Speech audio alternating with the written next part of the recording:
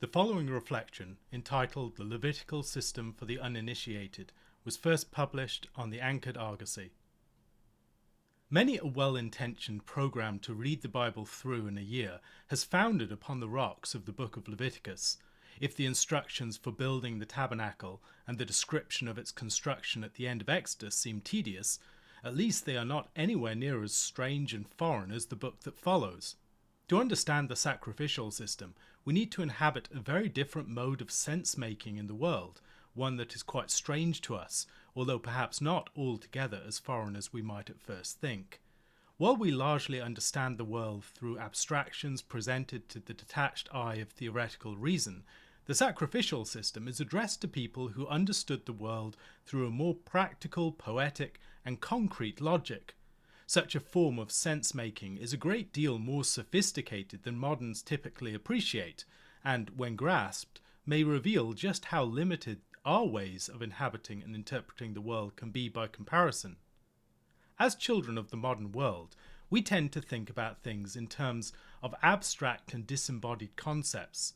Christians, for instance, can be tempted to regard the tabernacle and sacrificial system as pictures, particularly of Christ.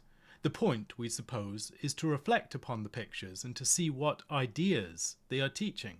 There is some element of truth there, but it is also rather misleading. The tabernacle and the rites of the sacrificial system were designed to be inhabited as symbolic objects and practices that ordered them towards a reality encountered within them.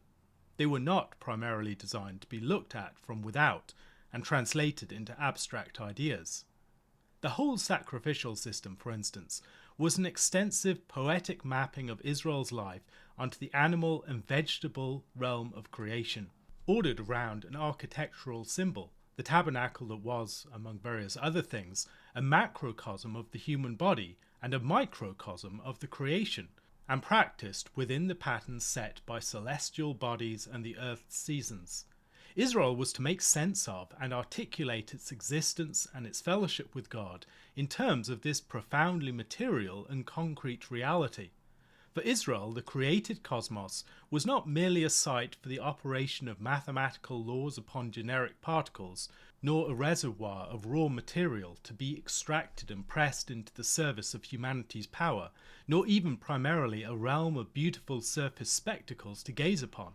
It was a charged realm of meaning and communion, where the various objects of the world communicated different facets of divine truth. Such a system of analogies casts the particular, concrete realm and its constitutive differences into sharp relief. The animals of the sacrificial system and the dietary laws, for example, presented Israel with a system by which to understand and be formed into its unique place in the world. Clean and unclean, sacrificial and non-sacrificial animals, and the many distinctions within each category were metaphorical frameworks within which Israel could practically arrive at a clearer apprehension of itself and its relationship with God. The sacrificial system was a concrete framework designed to teach the art of discrimination in the realm of the particular. This contrasts radically with our abstract structures of thought. The people related to God through specific and symbolic sacrificial practices in which the restoration of their relationship with and their new comportment of themselves towards God was symbolically enacted by them in the sacrificial rites. Within such a framework, specific differences had great salience: male and female, Jew and Gentile, circumcised and uncircumcised, priest, ruler and people, firstborn and later-born, cooked and raw, seed time and harvest, within and without the camp, clean and unclean, holy and common, feast, fast and ordinary time, morning and evening, etc. These differences are highlighted through metaphorical and poetic frameworks of thought and practice that are designed both to bear considerable weight and to have authoritative and theological force. To sacrifice a donkey rather than a bull for the priest, for instance, would be a violation of truth, not merely the breaking of an arbitrary ritual command. It would be to say something untrue with one's action. As a creature, the donkey symbolizes something different from the bull. The two are not interchangeable. As a meaningful system of specific elements, the sacrificial system had a sort of linguistic character to it. Naphtali Meshel tries to present a grammar of this system in his book on the subject. When we think of words, we might instinctively think of them as if they were tags referring to objects in the world. However, words also function within systems, playing off the meaning of other words that are in some sort of relationship with them. For instance, the words canine, doggo, dog, pet, very good boy, buster, hound, pooch, whipper, or mutt could all refer to the same creature. However, each of these terms has different connotations, evoking different fields of meaning and associations. The elements of the sacrificial system, the sacrifices, the rituals and their elements, the larger ceremonies, the tabernacle and its furniture, the priests, etc., all belong within a great network of interrelated symbolism, within which countless analogies, associations, and contrasts are discovered. When considering a sacrifice, for instance, you might ask questions like the following: who is the offerer? What type of animal is offered? What species? What age? What sex? What actions are performed upon the animal before it is killed? Where is the animal killed? How is the animal divided? How are the parts disposed of, arranged, prepared, and or eaten? Where does the blood go? What parts of the offering are eaten? By whom are they eaten? What parts were disposed of in some other manner? Each one of these elements can differ from sacrifice to sacrifice, both distinguishing a sacrifice from and relating it to other sacrifices and elements of the wider system. The sacrifices often function like conjugations of a verbal root. Sacrifice as such can involve ascension of an offering on an altar, a blood rite, and a sacrificial meal. Yet Israel's sacrifices varied in the prominence that was given to these elements. The ascension, or whole burnt offering, foregrounds the ascension of the offering on the altar. The purification, or sin offering, foregrounds the blood rite. The peace offering foregrounds the sacrificial meal. The fundamental template of rituals could be varied on unusual or exceptional occasions. For instance, the 2 goats on the Day of Atonement are an elaboration of the pattern of the sin offering. The ram of ordination in Leviticus chapter 8 is a variation upon the peace offering, the variations making sense when you consider that the priests were not yet fully installed in their priestly office. In books like Leviticus, we are given fundamental templates for specific forms of sacrifices, and also see various forms of sacrifice joined together in particular ways for larger ceremonies such as the Day of Atonement. We also see deviations from the fundamental template could occur in specific cases. We should be especially attentive on such occasions, as the deviations are meaningful and also often illuminating of the underlying logic. The system is one that depends upon and develops associations between different levels of reality. There is an instructive analogy between the legitimate sacrifice and the legitimate priest, for instance, as the physical unblemished integrity of the animal is presented as a symbol of the moral integrity and ritual cleanness of the person.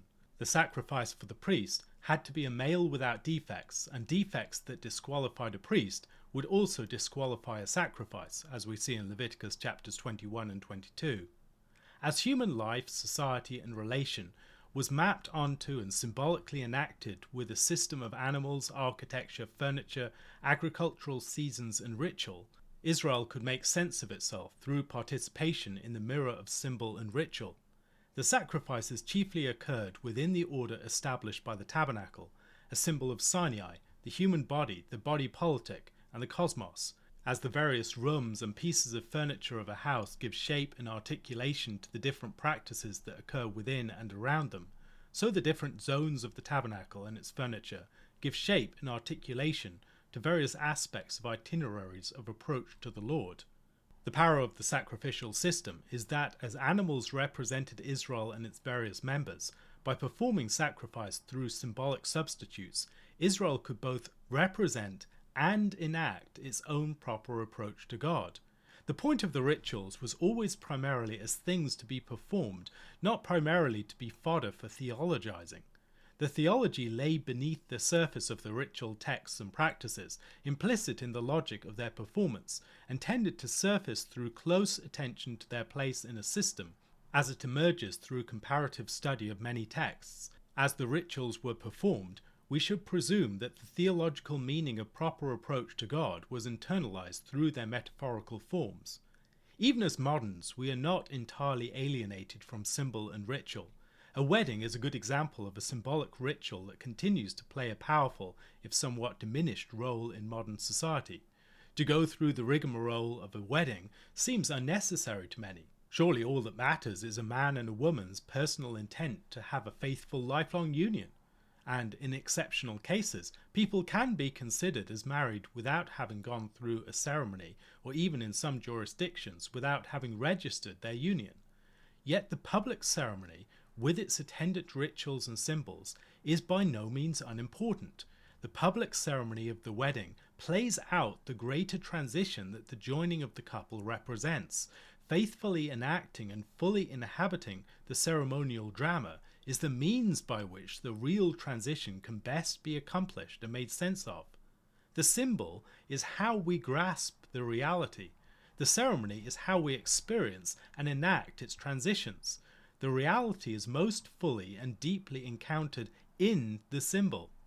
The purpose of the exchange of rings, for instance, is not to function as a symbolic picture, to convey ideas about a detached reality to your spectating mind. An attractive ring of gold and a precious stone is a fitting symbol of the beauty and the unique value of a wife to her husband, the strength and endurance of his love for her, and the bond and commitment that now exists between the pair upon the body itself. The ring itself isn't that love or bond, which could continue to exist even in its absence, or in the case of its loss. However, the gift of the symbol is a means by which the reality itself is established, communicated, and known. The loss of a ring, even one of little monetary value, can be a cause of great sorrow, because something of the person's symbolic purchase upon the reality of their spouse's love for and commitment to them has been lost with it. A former husband's reclaiming of the ring he once gave could be a devastating breaking of a reality effected through symbolic action. All this applies to the sacrificial system. The sacrifices were never mere pictures of theological concepts or of the nature of relationship with God, a sort of divinely instituted flannel graph. The sacrifices were the symbolic means by which the reality of relationship with God was experienced and known. Taking the sacrifices seriously and performing them faithfully manifested the seriousness of the relationship with God that they enacted. The tabernacle was a symbolic building, but God was really present to and with his people there, and the structure of the building and its associated rituals provided frameworks within which the reality of people's relationship with God could be lived out. Hearing about the importance of symbol and ritual, and the way in which realities are affected through and encountered in them, seems to many moderns, alienated as they are from the symbolic order, to be a weirdly magical way of conceiving of the world, inappropriate for modern people, inappropriate also perhaps for Christians. In our scientific way of viewing the world, symbol and reality are not mutually constitutive.